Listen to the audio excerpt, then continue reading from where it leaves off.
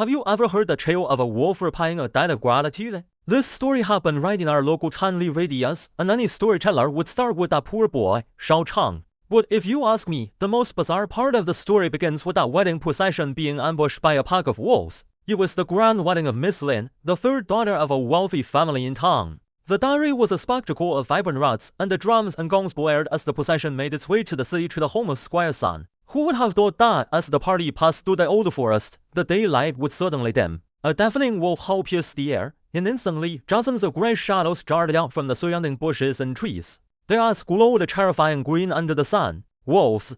So many wolves!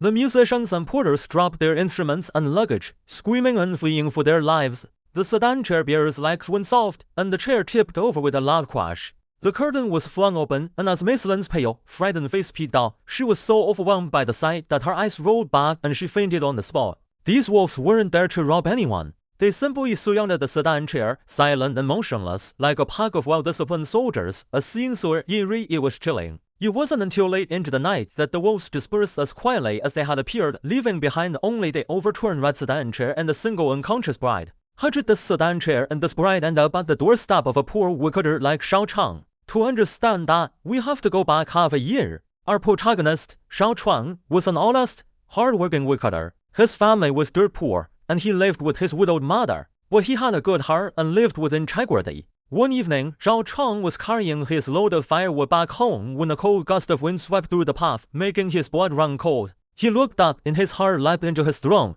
A few yards away, a massive grey wolf was blocking his path. Shao Chang tightened his grip on his woodcutting axe, cold sweat dripping from his forehead.